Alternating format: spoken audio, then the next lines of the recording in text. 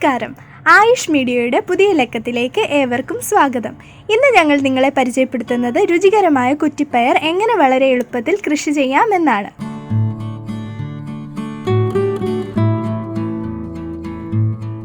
ഈ വീഡിയോ കാണുന്നതിന് മുൻപായി ഇനിയും ഞങ്ങളുടെ ചാനൽ സബ്സ്ക്രൈബ് ചെയ്തിട്ടില്ല എങ്കിൽ ഇപ്പോൾ തന്നെ സബ്സ്ക്രൈബ് ചെയ്യുമല്ലോ. കൂട്ടത്തിൽ തൊട്ടടുത്തുള്ള ബെല്ലൈക്കൺ കൂടി ഒന്ന് പ്രസ് ചെയ്യുക.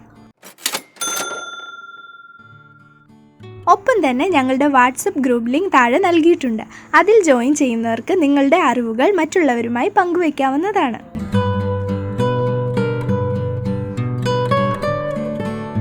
കുറ്റിപ്പയർ കൃഷി ചെയ്യാനായി നമ്മൾ പ്രത്യേകമായി വിത്തുകൾ വാങ്ങേണ്ട ആവശ്യമില്ല. നമ്മളുടെ അടുക്കളയിലേക്ക് വാങ്ങുന്ന പയർ അല്ലെങ്കിൽ വൻപയർ എടുത്താൽ മതി. എടുക്കുന്നത് പുതിയ പയർ ആകണമെന്ന് മാത്രം.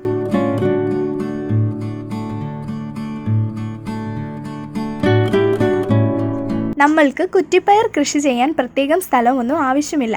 തരിശ് സ്ഥലമോ തെങ്ങിൻ തടമോ ഗ്രോ ബാഗോ എവിടെ വേണമെങ്കിലും കൃഷി ചെയ്യാം.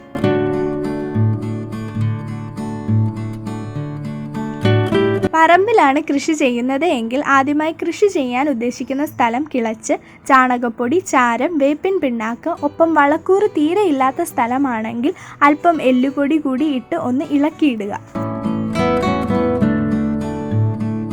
അതിനുശേഷം പയറെടുത്ത് ഒരു ദിവസമെങ്കിലും വെള്ളത്തിലിട്ട് വെക്കുക. അതിനുശേഷം തയ്യാറാക്കിയ സ്ഥലം നെല്ല് വിതറുന്നത് പോലെ വീശിയെറിയുക.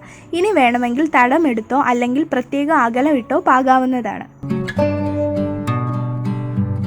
പാകിയതിനു ശേഷം മണ്ണ് ചെറുതായി ഇളക്കി കൊടുക്കുക. പിന്നീട് രാവിലെയും വൈകിട്ടും മിതമായ രീതിയിൽ നനച്ചു കൊടുക്കണം. മുളച്ച് 4 ഇല പരുവമാകുമ്പോൾ മുതൽ കടലപ്പിണ്ണാക്ക്, ചാണകം എന്നിവ വെള്ളത്തിൽ മിക്സ് ചെയ്ത് പുളിപ്പിച്ച് തെളിപയറിൻ്റെ ചുവട്ടിൽ ഒഴിച്ചു കൊടുക്കുക. എല്ലാ ആഴ്ചയിലും ഇങ്ങനെ കൊടുക്കുന്നത് നല്ലതാണ്.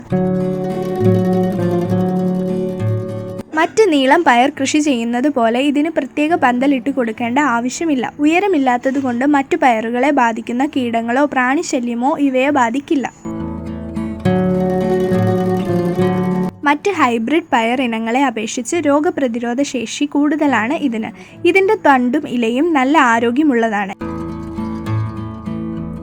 സാധാരണഗതിയിൽ കുറ്റിപ്പയർ ആളുകൾ തോരൻ വയ്ക്കാനാണ് ഉപയോഗിക്കുന്നത്. തോരൻ വയ്ക്കുമ്പോൾ ഇളം പയറിനൊപ്പം നന്നായി മൂത്ത പയർ പൊളിച്ച് പയർ മണികൾ മാത്രം എടുത്ത് മിക്സ് ചെയ്ത് ഉപയോഗിച്ചാൽ നല്ല കിടിലം രുചിയാണ് ഇതിന്. വിൽപ്പനയ്ക്ക് അത്ര ഡിമാൻഡ് ഇല്ലെങ്കിലും നമ്മളുടെ അടുക്കളത്തോട്ടത്തിൻ്റെ ഭാഗമാക്കിയാൽ ഒന്നിടവിട്ട ദിവസങ്ങളിൽ അടുക്കളയിലേക്ക് പയറിന് ബുദ്ധിമുട്ടുണ്ടായില്ല. അപ്പോൾ ഏവരും ഇതൊന്ന് പരീക്ഷിച്ച് നോക്കുമെന്ന് പ്രതീക്ഷിക്കുന്നു. ഈ വീഡിയോയെ പറ്റിയുള്ള നിങ്ങളുടെ അഭിപ്രായം മറക്കാതെ താഴെ കമൻറ്റ് ചെയ്യുമല്ലോ. കൂടാതെ കൃഷി സംബന്ധമായ എന്തെങ്കിലും സംശയമുള്ളവർ അത് താഴെ കമൻറ്റ് ചെയ്യുക. ഞങ്ങളോ അല്ലെങ്കിൽ നമ്മളുടെ കാഴ്ചക്കാരിൽ ആരെങ്കിലുമൊക്കെ അതിന് മറുപടി നൽകുന്നതാണ്. അപ്പോൾ വീഡിയോ കണ്ടതിന് നന്ദി.